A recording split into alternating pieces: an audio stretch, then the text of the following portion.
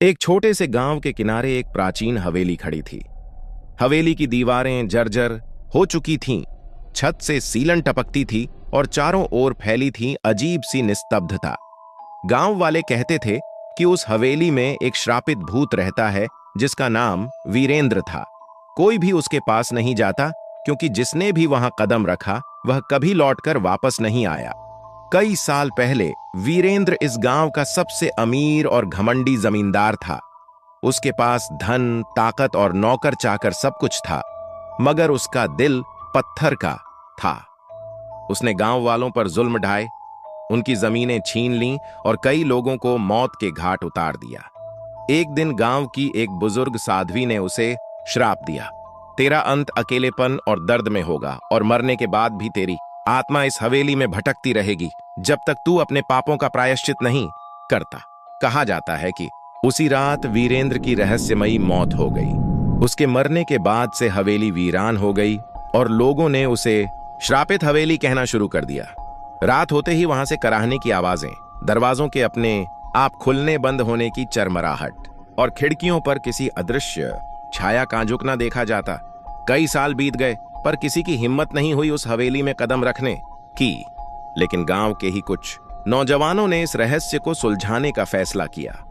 4 दोस्त अर्जुन, विकास, नीरज और समीर ने निश्चय किया कि वे हवेली में जाकर देखेंगे कि आखिर सच क्या है। रात के अंधेरे में टॉर्च और कैमरा लेकर वे हवेली पहुंचे। हवेली का मुख्य दरवाजा चरमराता हुआ खुला और ठंडी हवा का झोंका उन्हें भीतर खींचता चला गया। अंदर घुप अंधेरा था और दीवारों पर पुरानी तैलचित्र टंगे थे जिनकी आंखें जैसे उन्हें घूर रही थीं। अचानक अर्जुन को एक कमरा दिखा जिसके दरवाजे पर खून जैसे लाल धब्बे थे। उन्होंने दरवाजा खोला तो देखा अंदर एक टूटा हुआ पलंग पड़ा है और पलंग के पास ही एक पुराना संदूक रखा है। समीर ने संदूक खोलने की कोशिश की तो वह अचानक अपने आप खुल गया और उसमें से एक सफेद धुएं का बादल निकल पड़ा। धुआं धीरे धीरे इंसानी शक्ल लेने लगा। वह वीरेंद्र का भूत था। उसकी आंखें अंगारों जैसी लाल थीं, चेहरा विकृत और शरीर से धुआं निकल रहा था। वह गूंजती आवाज में बोला, क्यों आए हो तुम लोग? यह हवेली तुम्हारे लिए नहीं है। मैं श्रापित हूं और जो भी मेरे श्रापित लोक में आता है उसका अंत यहीं होता है। चारों दोस्त डर से कांपने लगे, लेकिन अर्जुन ने हिम्मत जुटाई और बोला, अगर तू सच में श्रापित है तो हमें बता कि तेरा श्राप कैसे टूट सकता है। वीरेंद्र की आत्मा चीख उठी, मेरे पाप इतने गहरे हैं कि मुझे मुक्ति नहीं मिल सकती। मैंने अनगिनत निर्दोषों की जान ली है। जब तक कोई मेरे अधूरे कर्म पूरे नहीं करता और मेरी हवेली में दबे राज उजागर नहीं करता, तब तक मैं इस अंधकार में बंधा रहूंगा। इसके बाद हवेली की दीवारें कांपने लगीं, खिड़कियां अपने आप बंद होने लगीं और अचानक सब तरफ से चीखने चिल्लाने की आवाज आने लगी। दोस्तों को लगा जैसे वे किसी दूसरी दुनिया में खींचे जा रहे हों। विकास ने तुरंत दरवाजा खोलने की कोशिश की, लेकिन दरवाजा बाहर से बंद हो चुका था। चारों ने भागकर हवेली से बाहर निकलने की कोशिश की, मगर हर रास्ता उन्हें वापस उसी कमरे में ले आता जहां वीरेंद्र का भूत खड़ा था। भूत धीरे धीरे उनकी ओर बढ़ा। उसके चेहरे पर डरावनी मुस्कान थी। वह बोला, अब तुम सब भी मेरे श्रापित साम्राज्य का हिस्सा बनोगे। चारों दोस्त जान बचाने के लिए चीखते रहे। तभी अचानक उस कमरे की दीवार पर लगी साध्वी की तस्वीर चमकने लगी। तस्वीर से सफेद रोशनी निकली और वीरेंद्र के भूत पर पड़ी। वह दर्द से कराह उठा, नहीं, यह रोशनी, यह मुझे जला रही है। रोशनी तेज होती गई और कमरे में गूंज उठा, पाप कभी अमर नहीं होता, सत्य और न्याय ही स्थायी हैं। वीरेंद्र का भूत चिल्लाते हुए धुएं में बदल गया और हवेली फिर से शांत हो गई। चारों दोस्त किसी तरह हवेली से बाहर निकल आए। बाहर की हवा ताजगी से भरी थी, जैसे किसी भारी बोझ से मुक्ति मिल गई हो। लेकिन वे जानते थे कि यह अंत नहीं था, क्योंकि हवेली में अभी भी कई रहस्य दबे पड़े थे। श्रापित भूत तो चला गया, मगर हवेली अब भी रहस्यमयी और भयावह बनी रही। गांव वालों ने जब सुना कि हवेली से भूत खत्म हो चुका है तो उन्होंने राहत की सांस ली, मगर चारों दोस्तों के मन में सवाल बाकी था, क्या सचमुच वीरेंद्र की आत्मा मुक्त हो गई या फिर वह किसी और रूप में वापस लौटेगा। वीरेंद्र के भूत के गायब हो जाने के बाद चारों दोस्त अर्जुन, विकास, नीरज और समीर ने राहत की सांस ली। हवेली अब शांत थी, लेकिन उनके दिलों मेंढर और जिज्ञासा दोनों बचे थे। वे बाहर गांव लौट आए और सबको बताया कि कैसे साध्वी की तस्वीर से रोशनी निकलकर भूत को खत्म कर गई। गांव वाले खुश हुए, पर बूढ़ी दादी ने गहरी सांस लेकर कहा, बच्चों सावधान रहना, श्रापित आत्माएं कभी इतनी आसानी से खत्म नहीं होती। वह भूत शायद गया नहीं है, बल्कि कमजोर होकर कहीं और छिप गया है। यह सुनकर चारों के मन में फिर से डर बैठ गया। उन्होंने फैसला किया कि हवेली के अंदर और गहराई में जाकर छुपे रहस्यों को ढूंढना होगा। कुछ दिनों बाद वे फिर हवेली पहुंचे। इस बार उनके साथ गांव का एक पुराना पंडित भी था, जिसके पास तांत्रिक विद्या का ज्ञान था। पंडित ने कहा, इस हवेली में एक गुप्त तहखाना है।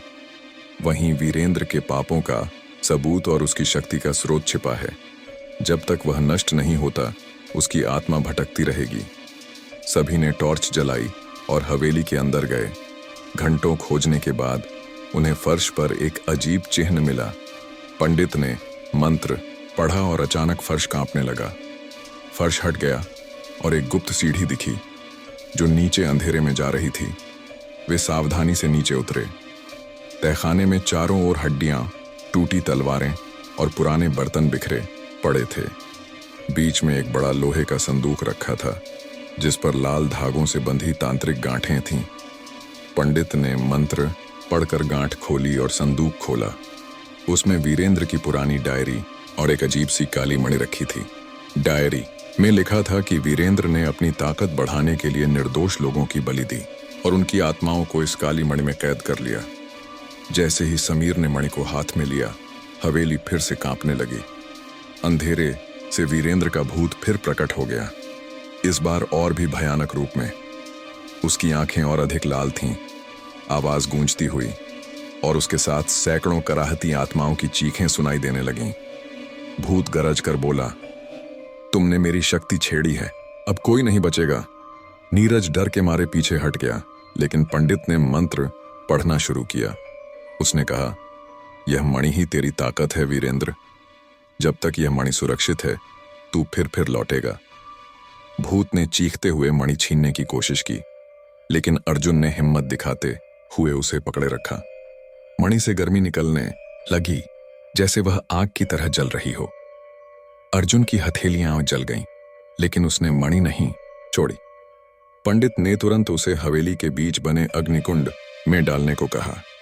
जैसे ही मणि अग्निकुंड में गिरी, वह तेज आवाज के साथ फट गई। अंदर से काले धुएं का विशाल बादल निकला और उसमें फंसी आत्माएं चिल्लाती हुई बाहर उड़ गईं।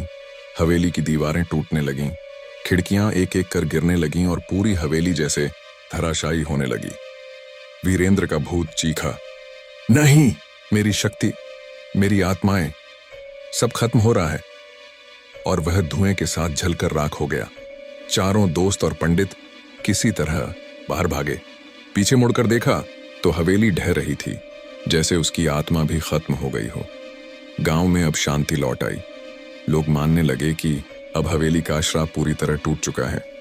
लेकिन अर्जुन, समीर, नीरज और विकास जानते थे कि यह सिर्फ शुरुआत थी, क्योंकि डायरी के आखिरी पन्ने में वीरेंद्र ने लिखा था, मेरी आत्मा को कोई नष्ट नहीं कर सकता, मैं लौटूंगा उस समय जब लोग मुझे भुला देंगे। इस पन्ने ने सबको फिर से चिंता में डाल दिया। क्या सचमुच वीरेंद्र की आत्मा हमेशा के लिए खत्म हो गई, या वह किसी नए रूप में लौटने वाला है? गांव वालों ने हवेली के खंडहरों पर मंदिर बना दिया ताकि वहां फिर कोई बुराई जन्म न ले। लेकिन रात के सन्नाटे में आज भी कुछ लोग दावा करते हैं कि हवेली की राख से कराहने की आवाजें आती हैं।